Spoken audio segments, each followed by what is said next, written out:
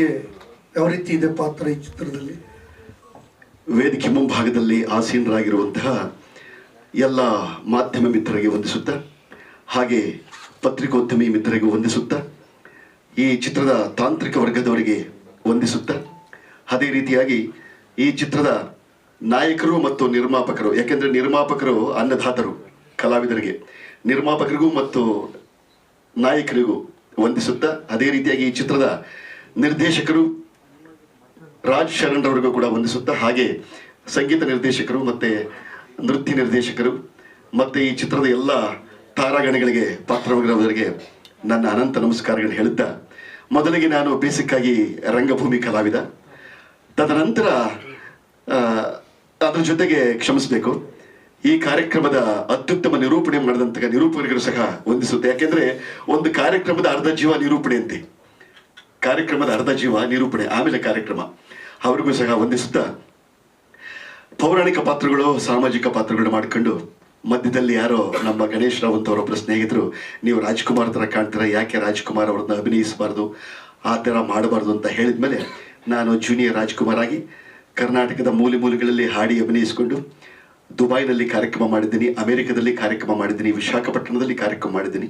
ಇದು ನನ್ನ ಮೊದಲ ಮಳೆ, ನನ್ನ 5ನೇ ಚಿತ್ರ. ಶರಣ್ರವರು ನನ್ನ ಪರಿಚಯ ಆಗಿ ಈ ಚಿತ್ರದಲ್ಲಿ ನಿಮಗೆ ಒಂದು ಪೋಷಕರ ಪಾತ್ರ ಇದೆ ಮಾಡಬೇಕು ಅಂತ ಅವರು ಕರೆ ಮೇರೆಗೆ ನಾನು ಆ ಚಿತ್ರದಲ್ಲಿ ನಮ್ಮ ಕುಂಟಿ ಕ್ಯಾರೆಕ್ಟರ್ ಮಾಡಿದ್ದೀನಿ ಅಂತ ಹೇಳಿದರು ನಮ್ಮ ಹೀರೋಯಿನ್. ಅವರು ನನ್ನನ್ನು ಪೋಷಿಸ್ತಾರೆ. ಆ ಪೋಷಕನ ಪಾತ್ರ ಈ ಚಿತ್ರದಲ್ಲಿ ನಾನು ಮಾಡಿದ್ದೀನಿ. ಜೊತೆಗೆ ಚಿತ್ರೀಕರಣ ನಡೆಯುವಂಥ ಒಂದು ಸಂದರ್ಭದಲ್ಲಿ ಈ ಚಿತ್ರೀಕರಣದ ಕೆಲವೊಂದು ದೃಶ್ಯಗಳು ನಮ್ಮ ಮನೆಯಲ್ಲಿ ಒಂದು 2-3 ದಿವಸ ಶೂಟಿಂಗ್ಗಳನ್ನ ಕೂಡ ನಡೀತು. ಎಲ್ಲ ತಾಂತ್ರಿಕ ವರ್ಗದವರಿಗೆ ನಮ್ಮ ಮನೆಯಲ್ಲಿ ಊಟ ಉಪಚಾರ ಎಲ್ಲ ವ್ಯವಸ್ಥೆ ಮಾಡಿ ಭಾಳ ಆನಂದವಾಗಿ ಅವ್ರನ್ನ ನಾವು ನೋಡಿಕೊಂಡು, ಅದ್ರ ಜೊತೆಗೆ ಹೊರಾಂಗಣ ಚಿತ್ರೀಕರಣದಲ್ಲಿ ನಮ್ಮ ಶರಣ್ರವರು ಔಟ್ಡೋರ್ ಚಿತ್ರೀಕರಣಕ್ಕೆ ಒಂದು ಫಾರೆಸ್ಟ್ ಜಾಗ ಬೇಕು ಅಂತ ಕೇಳಿದರು, ಕರ್ಕೊಂಡೋಗಿ ತೋರಿಸಿದೆ. ಅದು ಅವರಿಗೆ ತುಂಬ ಸ್ಯಾಟಿಸ್ಫ್ಯಾಕ್ಷನ್ ಆಯಿತು. ಆ ಜಾಗದಲ್ಲೂ ಕೂಡ ಹೊರಾಂಗಣದ ದೃಶ್ಯಗಳನ್ನ ಚಿತ್ರೀಕರಣ ಮಾಡಿದರು. ಅದ್ರ ಜೊತೆಗೆ ಇನ್ನೊಂದು ವಿಶೇಷ ಮತ್ತು ಸಂತೋಷ ಪಡುವಂಥ ವಿಚಾರ ಏನಪ್ಪ ಅಂದರೆ, ನಮ್ಮ ಮನೆಯಲ್ಲಿ ಚಿತ್ರೀಕರಣ ನಡೆಯುವಂಥ ಸಂದರ್ಭದಲ್ಲಿ ಮದುವೆ ಸೀನು, ಆ ಮದುವೆ ಸೀನ್ನಲ್ಲಿ ಮದುವೆ ಗಂಡಿಗೆ, ನಾಯಕನಿಗೆ, ಜವರೈನಿಗೆ ಮದುವೆ ಪೇಟ ಇರಲಿಲ್ಲ, ಮತ್ತೆ ಹಾರ ಇವೆಲ್ಲ ಇರಲಿಲ್ಲ. ಆ ಸಂದರ್ಭದಲ್ಲಿ ಬೇಗ ಎಲ್ಲೋ ತಗೊಂಬರ್ಬೇಕಾಗಿತ್ತು, ಅಂಗಡಿಗೆ ಹೋಗಿ ಮರೆತು ಬಂದ್ಬಿಟ್ಟಿದ್ರು.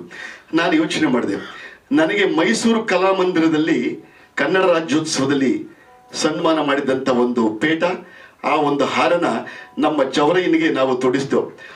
ನೋಡಿ, ಆ ಪೇಟ ನನಗೆ ಮೈಸೂರು ಕಲಾಮಂದಿರದಲ್ಲಿ ರಾಜ್ಯೋತ್ಸವ ಕಾರ್ಯಕ್ರಮದಲ್ಲಿ ನನಗೆ ಹಾಕಿ ಸನ್ಮಾನ ಮಾಡಿದಂಥ ಪೇಟ, ಒಂದು ಹಾರ. ಆ ಪೇಟ, ಆ ಹಾರ ಎರಡು ಇವತ್ತು ನಾಯಕನ ತಲೆ ಮೇಲೆ ಮತ್ತೆ ಕುತ್ತಿಗೆನಲ್ಲಿ ರಾರಾಜಿಸ್ತಾ ಇದೆ. ಈ ಬೆಳ್ಳಿ ಗೋಪುರದ ಮೇಲೆ ಬಂಗಾರದ ಕಳಸ ಇಟ್ಟಾಗಿದೆ.